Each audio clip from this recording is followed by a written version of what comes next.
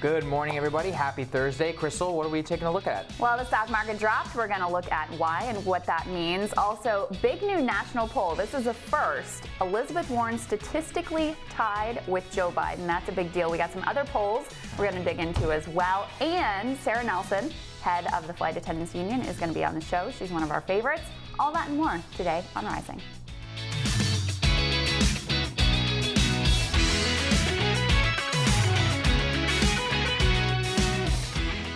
All right, Saagar, what you got? Well, poll after poll shows Joe Biden atop the Democratic field. I think it's important then to lay out just how much of a disaster a presidency under him could look like. There are three principal reasons that we are where we are right now as a nation. Number one, NAFTA. Number two, China. Number three, Iraq. So let's take a trip down memory lane, shall we?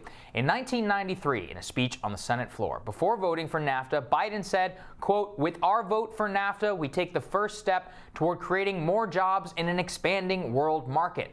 Before he said that, he promised the car manufacturer Chrysler expected to sell more cars to Mexico made in his very own Delaware home state factory. Yeah, turns out that factory closed in 2007, the same year that he publicly said that, quote, "NAFTA created more jobs than it lost." On the same issue of China, it's much worse. Biden supported normalizing trade relations in 2000, which, along with joining the World Trade Organization, put them on a path to economic destruction of our middle class. Biden said at the time that, quote, "This growing prosperity for the Chinese people in turn has put China on a path toward ever greater political and economic freedom." Biden fell for the neoliberal dream that normalizing trade relations with China and making them richer would make them more democratic. Go ahead, turn on your TV, take a look at what's going on right now in Hong Kong just to see how that worked out.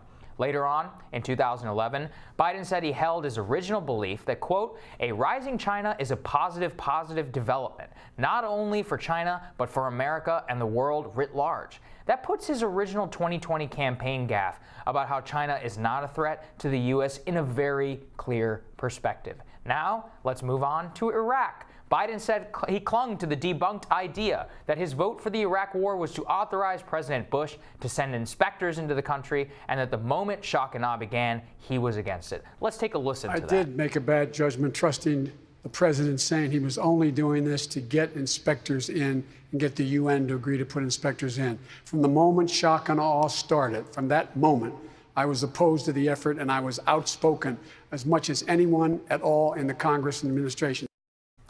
That is just flat out false, folks. He was the chairman of the Senate Foreign Relations Committee, where he accepted unskeptically the idea that Iraq was continuing its WMD program.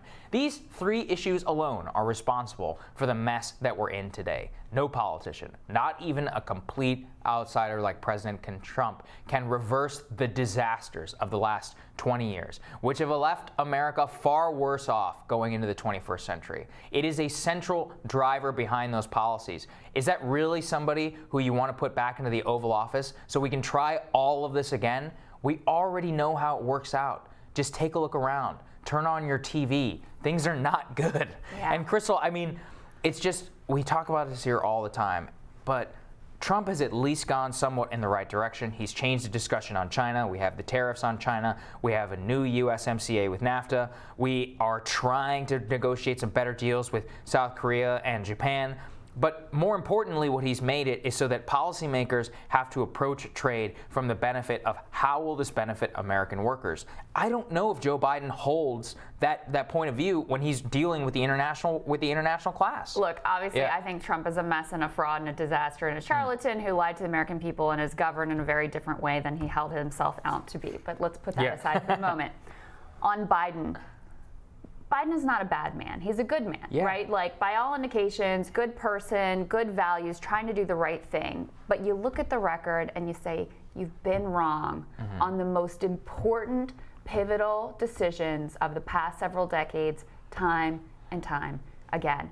The case you lay out is so compelling and doesn't even get to the way that he has been complicit in allowing the banksters to take over this country, not to mention his role in architecting the system of mass incarceration, which has devastated and credit cards, black and brown communities. His credit card record alone is also absolutely up there, giving them their way in terms of bankruptcy, putting the interests of credit card companies over individuals who are going through financial struggles. I mean, look, again, this isn't about him personally, but you look at the record and you say, when you've gotten it wrong so many times before, why are we going to place our trust in you to get it right this time? Trump didn't happen in a vacuum, right? The path to Trump was laid out over decades of policies that were largely championed by people like Joe Biden. And that's why I laid those things out, because it was NAFTA in China, which destroyed the middle class, destroyed the American manufacturing, made the Rust Belt rusty. Then it's Iraq, which sent, some of the poorest and most vulnerable members of our society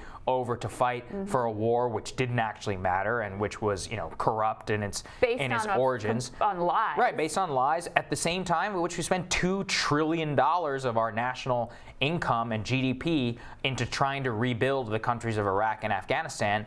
And this is where we are today. Right. And it's because of this. I mean, you are hard pressed to find somebody who pushed these things more vociferously as a positive good for America than Joe Biden. And that is why I think a presidency under him would truly be a disaster. Yeah, Democrats, we have a lot of choices.